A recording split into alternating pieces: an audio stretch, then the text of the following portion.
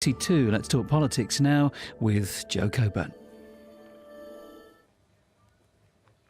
Should we take refugees from Sudan? Will the biggest changes to gambling laws in 2 decades end problem gambling? And do boys need lessons on how to be nice to women? This is Politics Live.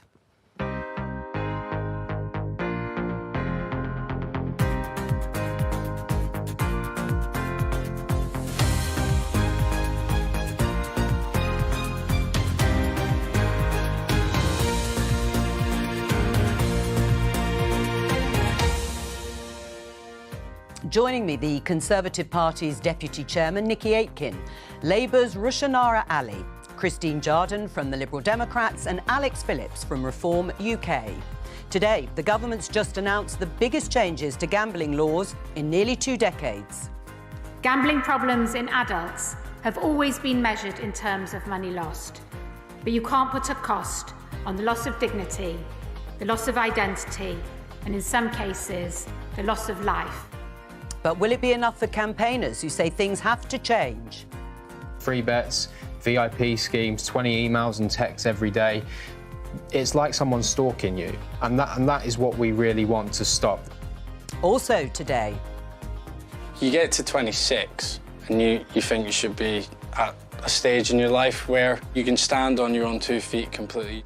The reality is I never needed to rely on more people than at this point. As the cost of renting soars and young people struggle to find places to live, can anyone claim to be the party of home ownership? I believe that consent means to let someone do something and to give permission. Hashtag everyone's invited, hashtag me too, hashtag she was just walking home. Do boys need lessons on how to respect women? Keir Starmer, who's promised to halve violence against women and girls, thinks they do.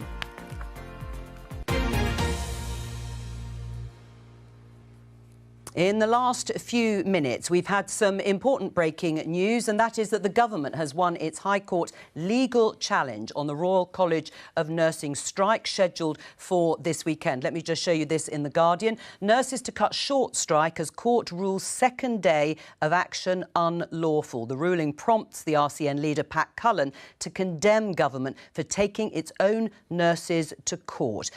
Should the government have taken the nurses to court? Look, we want to bring this strike to an end. Patients are suffering. We know that hundreds of thousands of operations have been cancelled over recent months, and I think it was a shame that the last vote, the RCN leadership recommended the deal that the government offered. 60% of membership only voted, so 40% didn't. Membership didn't vote. So, we need to see an end to this, Jo. And was that the right approach, taking them to court, even though the government's won? Well, I think, if a strike is unlawful, we were right to and the court, the court is independent, and the court has made their judgment. But I think for everybody's benefit, we need to get nurses back to work and ensure that our patients get the service they deserve and need. Well, let's listen to the reaction from Pat Cullen from the RCN.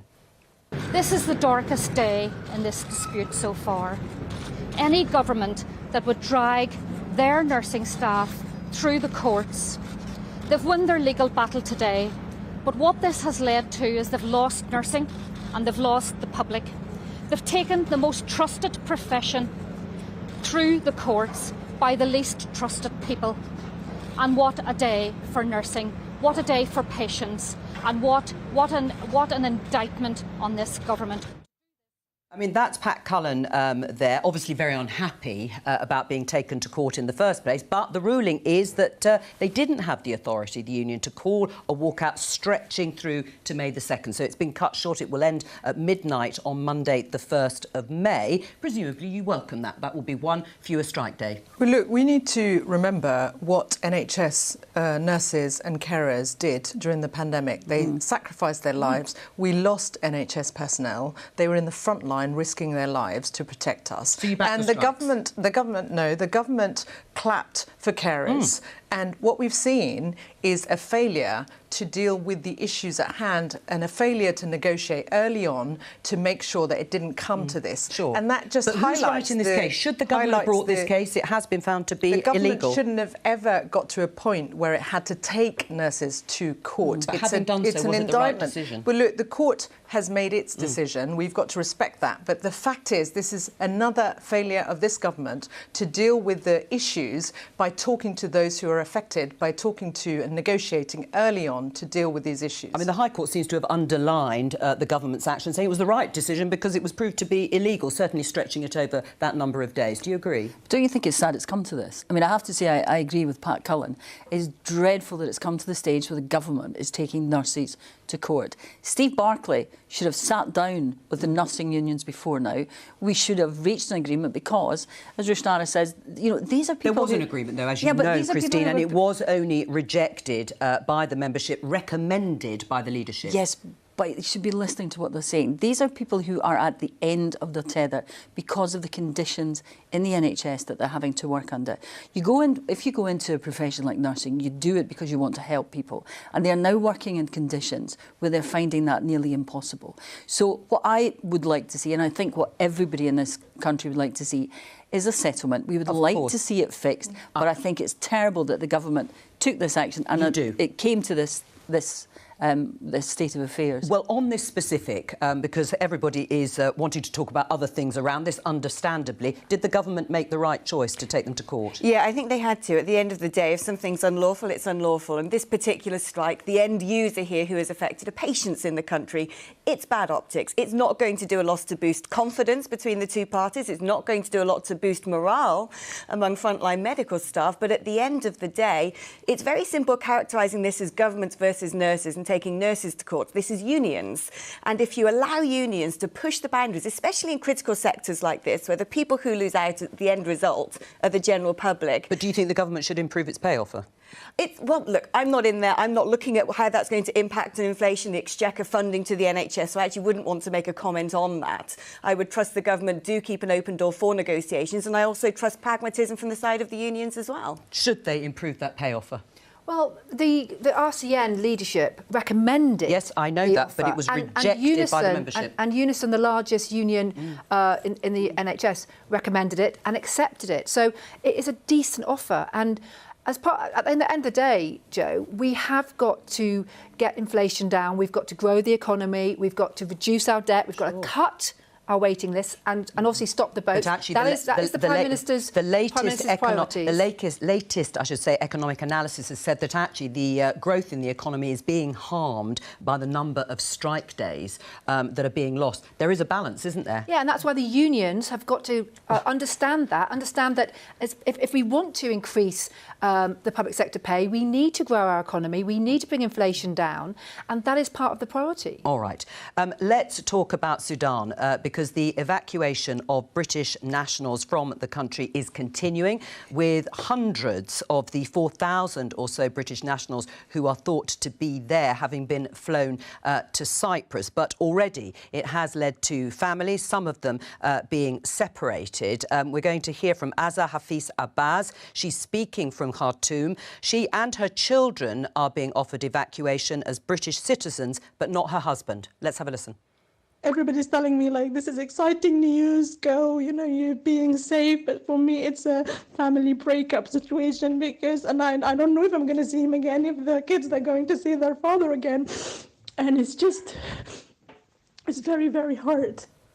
Now, the ceasefire, the 72-hour ceasefire, which has held to a great extent up until now, ends this evening, later on this evening. But already we can see the damage that has been done prior to that to the capital city of Khartoum. It's in flames. The two military factions there have been fighting for control of the country, and no doubt that will restart, sadly, when the ceasefire ends. It could lead to a pretty significant refugee problem as people try to flee the country beyond British citizens who are being evacuated from the country. So my question to you, first of all, Nikki, is should there be a safe and legal route out of those hostilities in Sudan for people to claim asylum in the UK? Well, obviously, hearing Azza's story there. It's heartbreaking, and, you know, I can't imagine what she's going through. But we are in the middle of a civil war.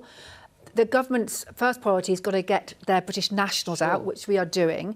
And as the Foreign Secretary has said, we will be looking at how we can help more people. But we've got to get our people out. And I think we must pay respect and tribute to the FCDO officials and the military who have worked night and day over the last few days to ensure that we can get our British nationals out. There are issues with, I understand, British nationals' families trying to get to the airstrip as well, but being stopped by Sudanese army because they haven't got the right documents. Do you think perhaps the evacuation should have started earlier, as has been criticism of the government trying to organise this? Other EU countries did seem to manage to get their nationals out before. Joe, this is a war.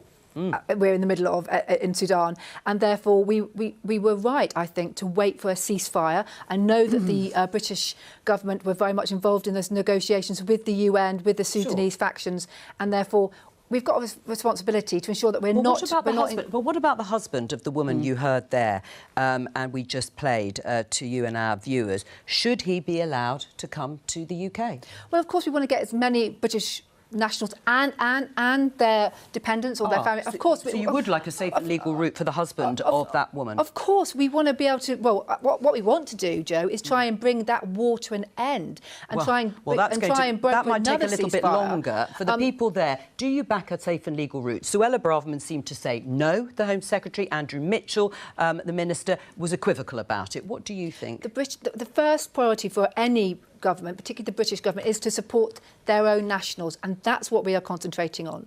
Alex?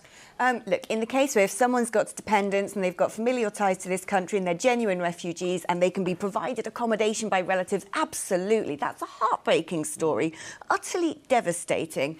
But when it comes to looking at the refugee situation in a broader picture, I think what we need to be doing is working regionally with the neighbouring countries of Sudan. Now, I've spent a lot of my adult career living and working in Africa, and so seeing scenes like that, it really upsets me.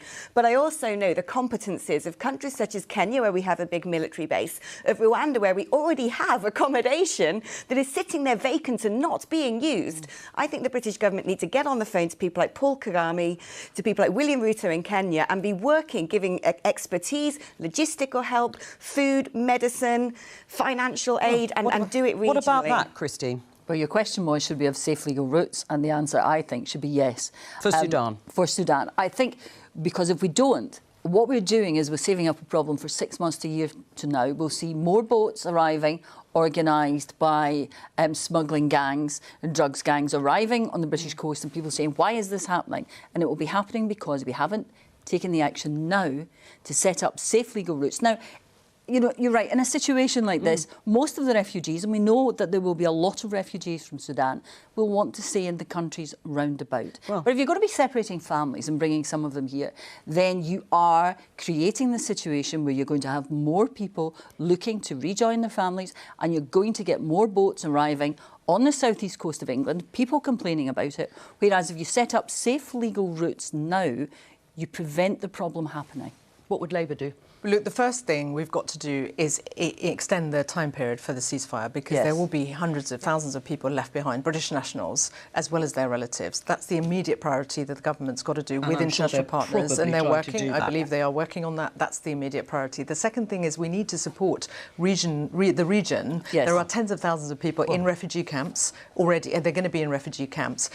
If we don't, and the UK is at the moment spending $6 million a day of the ODA budget, the Development Assistance budget, on housing people in hotels. What we do need to do is make sure there's proper support so that those neighbouring countries who will be hosting thousands of people are there to hold them, keep them there and support them there, because that's where the largest. So you would do some of the things that Alex suggested that in the region. You've got to do that. But the third thing is we do need to, and we've made it very clear that if you don't have safe routes for people to join their family, or in that case, that heartbreaking case where the government, there are mixed mixed messages actually on this. The government, some people have said that they should be able to come with their family members. If you don't do that, then you've got a very inhumane situation. So we've got to tackle this issue on every front. But I think the most important priority is to provide the support in the region in terms of the large-scale numbers, because not many people will be able to get here, even if you ensured there was a safe route. Of course, we should make sure that is available. We've seen the mistakes we made in Afghanistan. Yeah, absolutely. And we shouldn't repeat them. And yet we've seen how well we did in the Ukraine.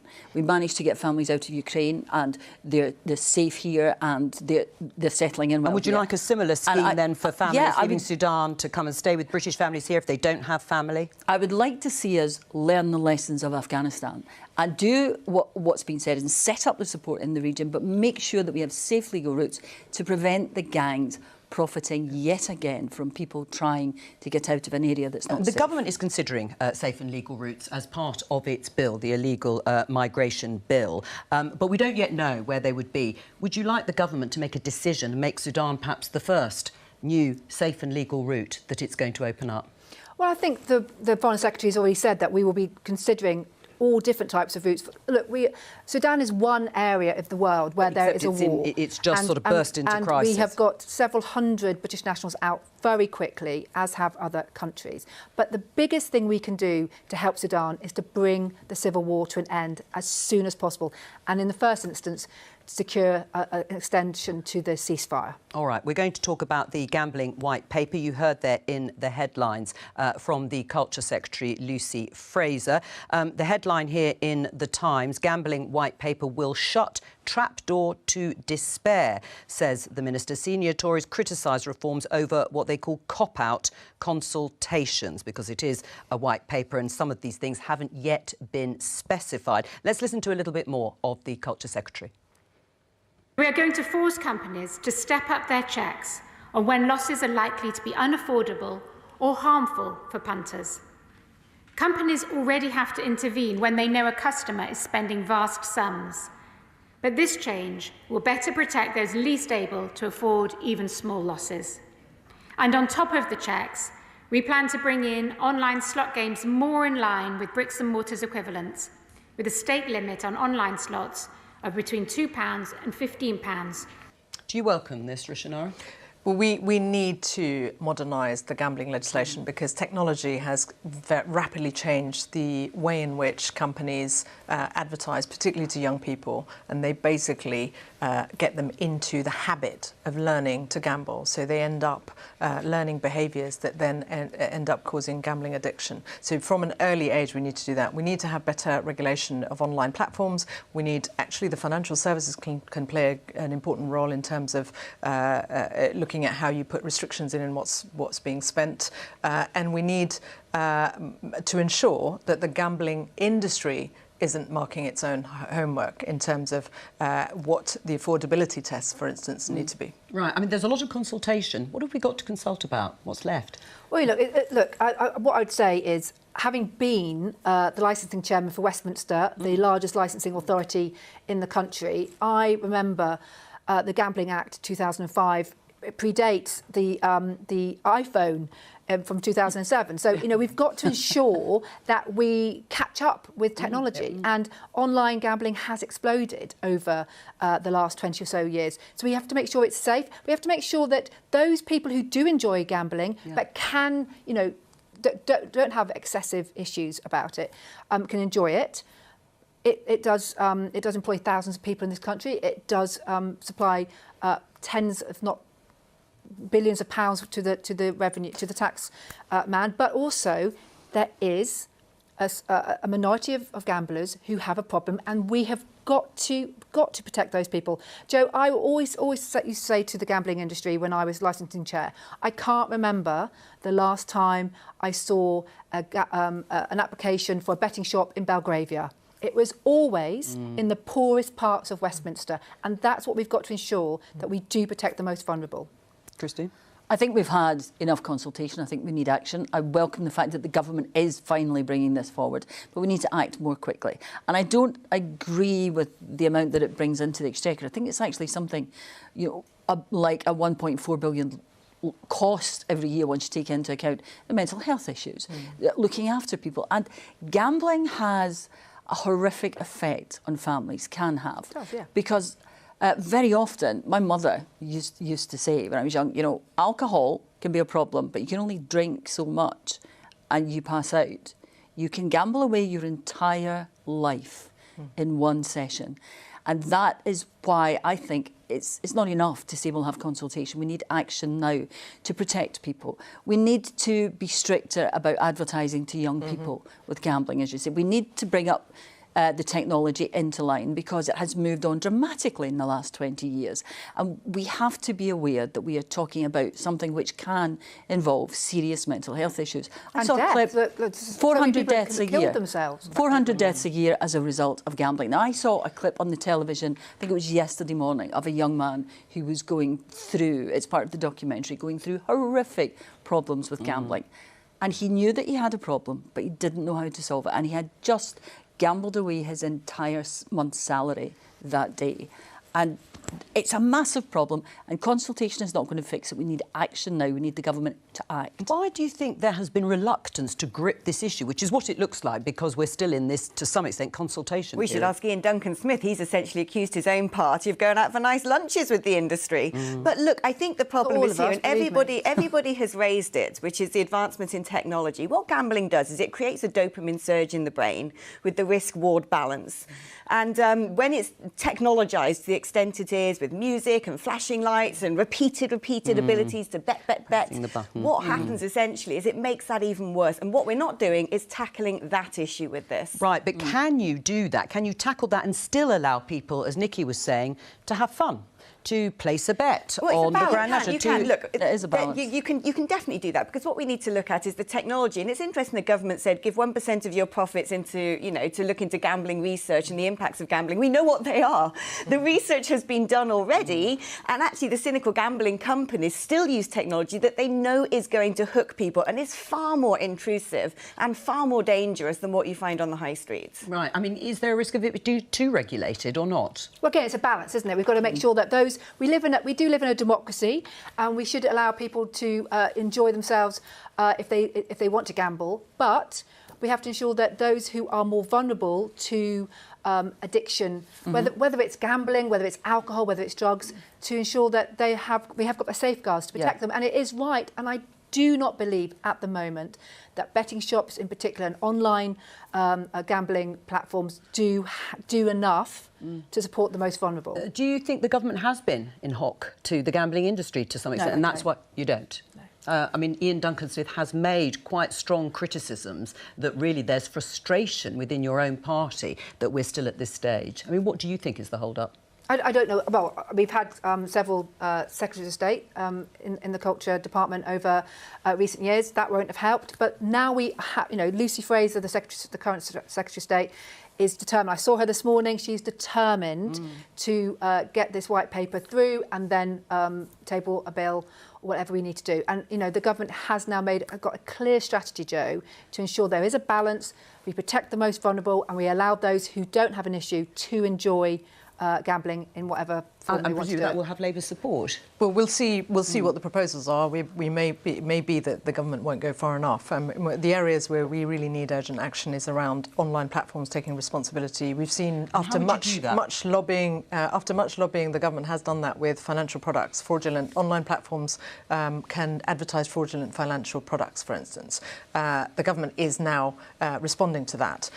If you don't tackle the online harm that advertising does, and the push for encouraging people from an early age to learn to gamble in very subtle ways, then you're going to create a bigger problem. And the cost to society will be in the billions. It already is. So I think the online side has got to be addressed if they're serious about this. But I really think that there's a lot that can be done around the banking sector, and there are good examples already around people being able to self-regulate, but there could be something else around making sure that restrictions are put in about what somebody can spend, that they do it with consent. Well, that's certainly the suggestion, that that's there would right, be quite that's strict right. limits. So they need to do that. But I think there needs to be independence in terms of making sure that judgment calls are made around this without the gambling sector self-regulating. I think that's an area we'll have to look very closely at. Let's discuss a proposal that has been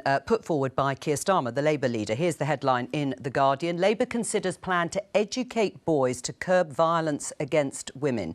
Keir Starmer says prevention is key to ending abuse during roundtable session with experts and celebrities. Well, let's talk to Michael Conroy, the founder of Men at Work, a company that offers training to professionals working with boys and young men. Hello to you. Hello. You're called in by teachers who want help in terms of handling these sorts of discussions that go on in schools. What are you seeing in schools? What do they tell you? Well, first off, I worked every day in high schools for 16 years until 2 years ago when I went self-employed and set up Men at Work. So I'm very familiar with schools. It's not just what they tell me, it's what I've seen every day myself. My partner's the head of year in a in a local high school. Most of my family are teachers or have been teachers. So, and every day when I train teachers, what they're telling me is that the impacts of the negative messages which are available freely and abundantly online. For example, we're talking about pornography, we're talking about influencers like Andrew Tate, but his many antecedents and all the others in that ecosystem. The impact on teenage boys is palpable.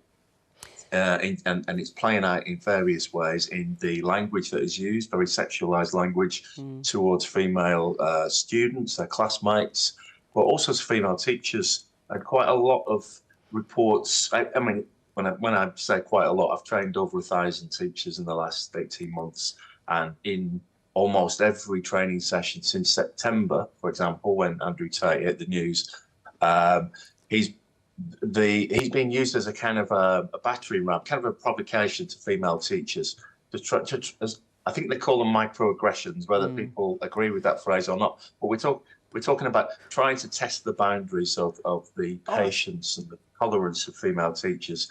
And that is something that's reported every time we do the training, every day. And what do they want you to do? And what are you doing to try and address this? What they want, yeah, for sure. What they want to do is to be able to do the job themselves. I think there's a real willingness to have frank, ongoing conversations with boys and young men about how to support them in being safe for themselves as boys and young men, emotionally, psychologically, physically safe, and how that they have a role in making life safe also for women and girls. So it is about misogyny, but it's also about male mental health and well-being. It's about bullying, and it's about seeing all these things in the round as connected phenomena rather than breaking it down into silos. Well, Michael, they just want the confidence to do it themselves. Stay with us because we're going to discuss it with our other guests. Is this the idea that Keir Starmer is trying to tackle, as outlined by Michael Conroy? It's a recognition that society has changed, and it's linked to the earlier discussion about the way in which technology is totally overriding the influence that teachers and parents can have, families can have on young people. And we need to make sure that families and schools are armed with the support and backup so that they can ensure that young people grow up as being responsible, respectful citizens to each other. And we've seen the rise in violence against women. Yes, but what is Labour actually suggesting here? Because this is going on, this work. We know we have, I can never get the acronym quite right, PHSCE lessons in school where we talk about all these sorts of things. Is Labour talking about boys having separate lessons if they're in a mixed school environment? Would this be a permanent part of the curriculum? Well, sex and relationship education is one area where you can ensure that within that there's a clear agenda around respect between men and women, and supporting young people to explore those issues and ensure that within the education system this is integral. The second thing is there's a wider issue, as we've seen, because in society around violence against women, because if it's normalised and if it's not tackled early on that these are unacceptable behaviours, then that transmits across society. And we've seen in terms of safety, women's safety issues, there's a much more aggressive set of attacks on girls. Misogyny is a huge issue. Yeah. And of course, alongside education, we need agree with that. legal action just as well. About what's being proposed specifically here. I mean, It's about making sure the education system is properly supported and ensuring. I mean, we introduced in the last Labour government citizenship education. The current government scrapped it. But actually, these are very important areas where the education system can play a much stronger role, along with, of course, stricter regulation online to make sure influencers don't get away with essentially inciting violence against women. All right, well, let's stick with the Labour proposal. What do you think? Well, I thought it was a bit rich coming from the Labour Party when their own male MPs, a good example, Lloyd Russell-Moyle, who acted quite intimidating to Rosie Duffield and Miriam Cates in the chamber recently. And when I wrote to Annalise Dodds, the chairman of the Labour Party, requesting a meeting to discuss how we ensure that MPs are treated with respect in the chamber. I'm still waiting for her to come back with a date. And also the Labour leader, Keir Starmer, saying that 99% of women are women. As far as I'm concerned, Jo, being a woman, 100% of women are women. So I think the Labour Party have got to get their ideas about women straight before they start dictating about how we educate our children. Well, as the mum of a teenage boy and a teenage girl, I'm bringing them up to be feminists. And I think it's really important that we ensure that children, boys and girls, understand what respect is, what consent is, and what a responsible relationship is all about. Well, Rishinara, do you want to answer the points directed at Keir Starmer? Well, look, the issue at hand is what we're seeing is rape charges just over 1.5%. It's 1.6% of rapists who get charged under this government. They've been in power for nearly 14 years.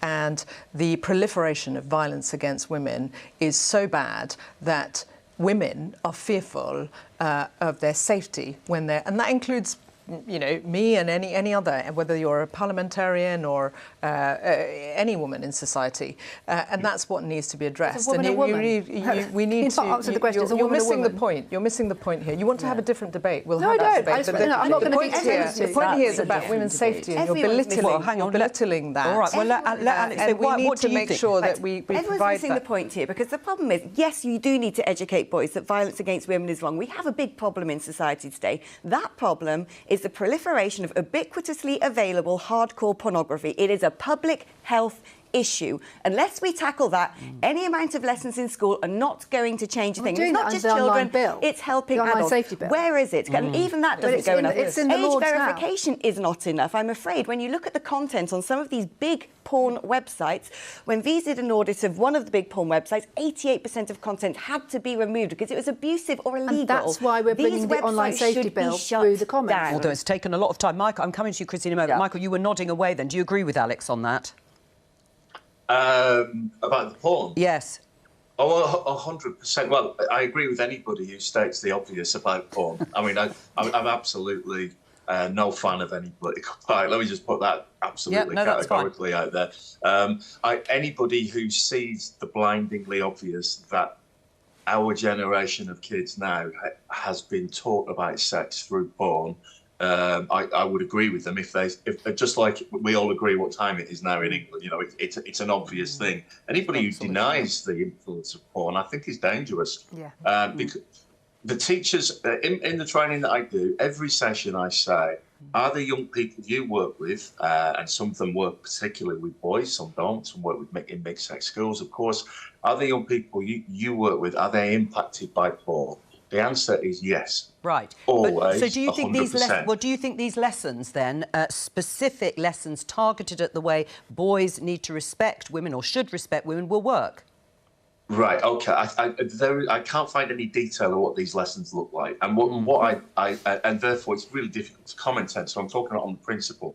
And the principle is, as somebody who spent 16 years in high schools, who's got immense numbers of friends who are teachers, head teachers, primaries, heads of year, all kinds. We don't want to see an outflow of school funds. Crikey, the teachers, I'm in full solidarity with teachers, by the way. I on strike today. My partner was on the picket line this morning. Okay. And, applause to her and her colleagues. Let's stick with this. We don't want to see a large amount of money going out to external providers, peripatetic providers who come in, talk in a set piece, and often providers, who are they exactly? The best people to deal with really difficult ongoing subjects with our boys and young men are the people who work with them on a routine basis, who know them, they know their family, they know their friends and their context. All right. So what I don't want to see is a mushrooming of I hear you. industry of people with no contact and no trust and no familiarity. All right. Well, would the Liberal Democrats back the idea of lessons specifically designed for boys and young men in terms of how they treat women? Well, I'm very interested in the fact that the Labour Party has come forward with this. And while I agree completely that, yes, pornography is a problem, that's not the solution. The solution is to change young people's attitudes, to help influence them to have a much more positive attitude to one another. And that way we begin to break down this cycle of violence and aggression towards women. When I was a young woman, I worried about walking home at night. And my mother worried about me. My daughter now is in her 20s and I worry about her. It should have changed and it hasn't. But it's not simply boys that we have to influence more positively. Girls as well have to be involved in it. Young people generally have to be involved. And we need to find better role models for them want to emulate than Andrew Tate. We need to want them to be more like David Beckham or Marcus Rashford. We need And you think politicians should be the ones leading the way? No, I think parents should be the ones leading the way, but they need help from the schools. And the fact that the Labour Party is promising to do this, I think we should look at very carefully and see if it can work.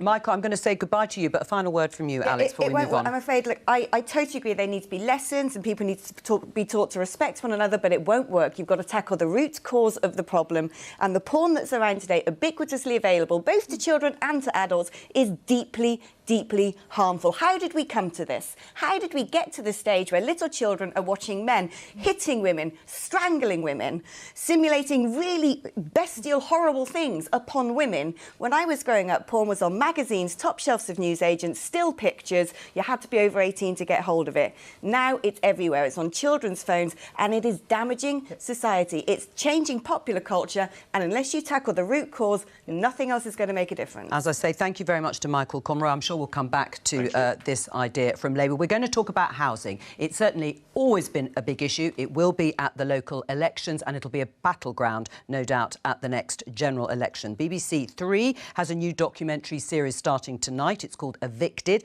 following people who have been evicted from their homes. Let's have a look at a clip. It's an estate agent who's on his way to oversee an eviction. I don't think it's anything personal against Dawn, the tenants.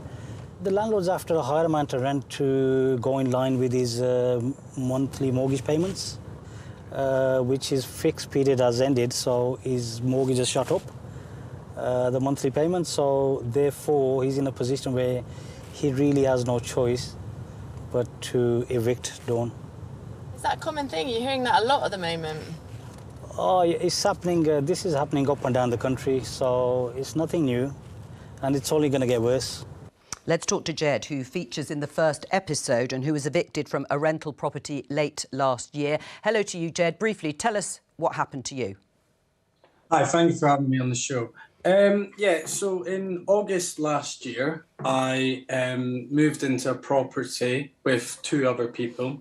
One of the people in that property offered me into the flat and we signed a change of sharer form. From there, I thought everything was going smoothly. I'd signed everything that I'd done in the referencing and we moved forward to that. It got into late September, however, things started to kind of go wrong. We received a Section 21, which was a big surprise to all of us. However, on the Section 21, it had the one boy that had been in the property for several years and the two previous tenants, not myself and another girl called Georgina. We then contacted the letting agency. However, they said it might be a mistake or there might be some error. We then later found out, now going into October, oh no, this is when you are actually being evicted. And the reason for that was because my referencing hadn't been completed. On looking at can I just, because we haven't got masses of time, I'm so sorry, Jed, to interrupt, but it's ended up with you sofa surfing, hasn't it? And you're 26 years old, I think, and you didn't see yourself in this situation. No, 26 years old. I, at that period, was working 7 days a week just to kind of scrape a living. And it was the worst. I mean, you've got you've got to rely on everyone around you, and at that age, you feel like you should be standing on your own 2 feet. Well, and as you're saying, you've had a job, you've got a job, so people might think you would be able to manage to rent. What would you like politicians to do? You've got them from the three parties here. What would you say is key? I think you've got to, I mean, it is more affordable pricing for people at this age. Look, I mean, you know, I work full time, and yet I'm struggling to find anything I can actually afford. I think that it is that. And All right. Also, yeah. Well, let me put it to it. Why is this happening? I mean, you were leader, I think, of Westminster Council at one stage, promised affordable housing. Is it happening? Well, it is in Westminster because I started the largest council affordable housing, yes. something that Jed could afford. Well, Joe, very good point, because when I was leader, I ensured that we changed the policy so that 60% of new homes in Westminster were affordable for key workers and 40% for social housing. The new Labour administration has flipped that and is taking away new homes for key workers, which is really disappointing. But Jed's absolutely right. We've got to build more homes, and well, that will take time. But we've also got to give renters, tenants more protection. That's what we're going to be doing under the Renters Reform Bill, which will be coming to the Commons. You have been in power for a very long time, Nikki, the Tories, and this is the situation, Jed's situation, and this is someone in a job. He's 26 years old. He's not straight out of school or college. Rishanara, what would you do in your constituency? How old were you when you first, if you do, own a property? In my 20s. So, and what we've seen in today's data as well is that young people would be reaching their 50s. 1 in 3 would be able to get on the housing ladder. There's been a long-term trend over the last decade of not enough affordable housing being built. For long-term as well. That's right. But what's happened recently is that we've got not enough affordable housing being built. We haven't had the targets that the government had set themselves. They've suspended because of pressure from their own backbenchers. Planning regulation needs to be improved. So those are the longer term issues. Shorter term, we need to improve rights. But ultimately, what's happened recently is the Liz Truss fiasco has meant interest rates went up. So you've got pressure on those who are homeowners whose mortgages have gone up dramatically. But let's stick and with that's the leading renters. to How old were you when you costs first going owned up a as well. property, if you have one? 25. But I look at 25-year-olds now, and most of the ones I know who are able to buy property are only able to do it because their parents can help them. And a lot of kids, young people who are being forced to stay at home because they can't afford to buy somewhere, they're trying to save a deposit. If they're renting, then it's incredibly expensive. I have people coming to me in my constituency every week who cannot afford the rents in Edinburgh. We have examples, Christine, of Liberal Democrats locally opposing developments. Every time we have a Liberal Democrat... But it's the wrong developments. No, the thing is, we need to listen to communities. The government's just got rid of mandatory housing targets, but Nikki, no one wants to build these. Because it should be up to local councils to work with the communities to decide how many homes they want. That point, you're right about this government is in hock to the developers. Big developers want to build big 4 or 5 bedroom houses, which aren't what communities want. Communities want houses that people can afford, that young people can move into, so they can stay in the community where they grew up, close to their family, they can get a job, or they've got a job there and can stay in them. Why are Lib Dem councils failing to do that? My council is run by the Labour Party, but we are pushing for more and more housing. Lib Dem councils are failing. I'm going to come to Jed just briefly in a minute because we haven't got much time. But Alex, is there anything here that is going to answer the big question? Should rents be frozen? So I'm 40 this year, and I'm not on the housing ladder, OK? And I'm nowhere near it. Affordable to whom in Westminster? I mean, affordable to whom? And the big problem, we're having, if it's affordable to them, it should be affordable to me. And I look at house prices and it's not. But the Labour Party we've only got a minute left. But the big problem we have, and it's not just in London, it's in cities and indeed towns around the UK, is before a property is even built, before a developer's even put down bricks and mortar, it's sold off to foreigners, to foreign investors. All right. It's mad. Right. Jed, just very briefly, anything here that you've heard so far reassure you? My concern is, you're right, about how on earth are we ever meant to get on the property ladder? Is there not a way that we can set it back a bit? And it's a lower deposit rate for someone to actually get on it. Because we're looking at people on mortgages. I know mortgage rates are going up, But some of the rental prices in certainly in city centres are just as high as mortgages. Well, Jed, good luck. We'll have to leave it there. Ben Wright will be back tomorrow with Politics UK, and I will be back on Tuesday. I'd forgotten the bank holiday on Monday. See you then. Bye-bye.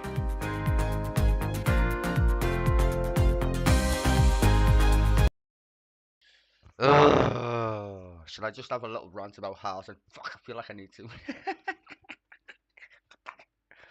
You know, just when you think you've just left, you know, the mafia, they drag you back in. It's kind of like watching politics now. They always end up saying fucking the word housing. Fucking goddamn, it's one of like my pet fucking peeves is fucking housing.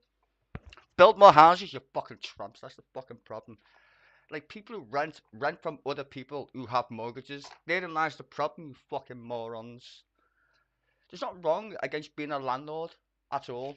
I mean, hey, you know, if you can afford to buy a house and then you want to rent it out to make a profit, yeah, that's called fucking capitalism. Nothing wrong with that.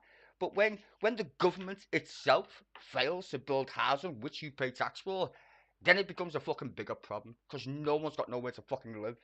And the government can control how much rent you pay. That's the maddest thing. The government literally prints money from thin air. They can literally control your rent. They can make it as cheap as chips. Right? That's the point. They refuse to fucking spend money building council houses. Because they want everybody to own a home. And give them money. Give their money to a fucking bank. That's the problem. That's why council tax is so stupidly fucking annoying. Because the vast majority of councils don't have money. Because normally what you'd spend in rent that you'd give it to the council, you end up giving it to a bank, which gamble it on the stock market and pay their CEOs 16 times the average salary of the fucking person who works there, who cleans the bogs. There's a very serious situation in capitalism at the moment. Whereas, if you've ever played Monopoly or whatever, the banker always wins. You know what I'm saying? Don't land over there, mate. You're fucked. And he is no $100 to pass go at this point. He doesn't live in fucking Monopoly land. But people think, the rich people think we live in fucking Monopoly land, clearly. Because they've all got fucking money. Take it for instance. Imagine you were sat playing Monopoly with your mates and I give randomly one of the players most of the fucking money in the bank. And I said, let's play Monopoly. You would think that was an unfair system, right? That's the world in which we live. Just saying. That's the world in which we live. Fucking house. Jesus Christ. Build more houses, you bunch of fucking idiots. And stop convincing people owning a home is good for your fucking thing. It's not. I mean, it can be. But the vast majority of people can't afford a home on the salaries that they have. Stop convincing them to take out debts. For fuck's sake. It's not a good idea. Just like the gambling laws. The vast majority of gambling is done by kids. Most of them. Well, yeah, vast majority of them. It's called a PlayStation. It's called FIFA. Go and play FIFA and tell me that's not gambling. You want to open a fucking game card randomly for money? That's called gambling. You fucking idiots. Ban this shit pronto. That's what they should do. Ban it. Ban all gambling in computer games that they sell to your kids. Would be handy. Would make a start. Fucking EU countries have already banned the fuck out of it. I think Belgium and the Netherlands have banned the shit. And Australia. Ban it. Fucking ridiculous. As someone who actually went to school to make computer games, I'm telling you, they use mechanics in games to take your kids' money. Mum, give me some money so I can open a fucking loot box. Seen it with my own eyes. My friend's kid. Give me some money, a tenner, so I can open a fucking loot box. Are you mad? Fuck off. For what exactly? So I can randomly get some random shit in a random box. That's gambling. Literally, right in your face. And you buy your kids fucking FIFA every fucking year. It's the exact same shit. You've got more odds, in fact, if you put a fucking horse on the Grand National of literally winning the Grand National than you would get a Lionel Messi in a fucking game pack from EA fucking Sports. There's your fucking evidence right there. And it's even more nefarious because they're actually fucking programming the fucking thing so you definitely fucking spend money. You are never getting Lionel Messi unless you spend about a gazillion fucking pounds. And for what? So you can have him with a star. And then they change it the next year. They reset the game next year and you have to do it all over again. Which is mental. Do you know how much EA gets in gambling fees from your kids? Fucking billions. That's their number one revenue. Your kids spending money on a fucking game. They literally sell it as PG. Not even PG. It's fucking, what's the fucking rating for the UK? I think it's fucking green. Basically, you can buy this game. It's safe for your kids. No, it's not. It's gambling. But they sell it to your kids every fucking year. Call of Duty, the same fucking exact same shit. Open this. Battle Pass. Gambling. Battle Passes. For what? I'm fucking paying for some shit that you're going to sell me half a game and then make me buy the rest of it if I keep giving you microtransactions. Go fuck yourself. The gaming industry is fucking corrupt as fuck. Mobile gaming, oh my god, that's even fucking worse. Fuck my life. Oh, we'll give you 100 coins. Oh, yeah. And then you get to level 2. Now you need to buy another bazillion coins just to get to level 3 because you just got cock-blocked by a fucking algorithm in your game. No. Nope. Refuse it. Yeah, GTA Casino, there you go, Stuart, right in there as well. It's madness. And they talk about, oh, online gambling, literally hitting your fucking kid's PlayStation and Xbox. I would never buy my kid if I had a kid, but I would never buy a fucking FIFA game or Call of Duty. Go play with sticks, you little bastard, like the rest of us. To be fair, there's some games where you can buy stuff in-game. It's called fashion. I'm a victim of it. I'm not going to lie, I do play computer games. I like to look good when I'm shooting shit, right? But that's fashion. It's always there. I just like to look fly when I'm running around in my little mad universe, twatting people on the head or whatever I'm doing. That's different. That's not gambling. Do you want to buy this pink hat? Yes, please, because I want to look stupid. So I want to buy my pink hat. I don't want a random loot box, though, because that's gambling right there. If you're going to randomize my purchase, that's called gambling. If I'm going to win or if I'm going to lose. No, what am I winning at this point? Some random shite? No, that's gambling. Purchasing items in a free-to-play game that helps the developers is not gambling. Fact. Good example, Warframe. Don't know if you've ever heard of the game before. Warframe. Every crackhead on that game only plays it or pays money to literally look good. That's it. You can grind the fuck out of the game, to be fair. I mean, you can buy players and all that shit, but then that's not gambling because it's selling you. You want to cheat? There you go. You can buy this dude. You can grind for a week, or you can buy him. That's not gambling. It's cheating, technically speaking. But nefarious if you want to look at it that way as a business model. But at least it's there. It's not random. Randomization in computer games should be completely banned when it comes to purchasing anything. Fucking disgusting. And EA Sports and the rest of these fucking ass clowns are the biggest culprits. Activision Blizzard. Bobby Cotton, you fucking horrible cunt. Woo. Anywho, rant over. I will be back later. I know I didn't stream yesterday. Couldn't give a fuck. But I'll be back later for some question time, clearly, because it's Thursday today. Hurrah. So yeah. I'll be back later. Just 2 subjects annoy me, really, in this show today. Definitely gambling and definitely housing, as you can tell. Rest of it, couldn't really give a fuck. Rest in peace, people in Sudan, though. That's a bit shit. Yeah, whatever. Don't get me started on the racism of how one proceeds a war. Whatever. Back later, enemy. Chickadee boo, and all that good jazz. Enjoy the rest of your day, people, and I will definitely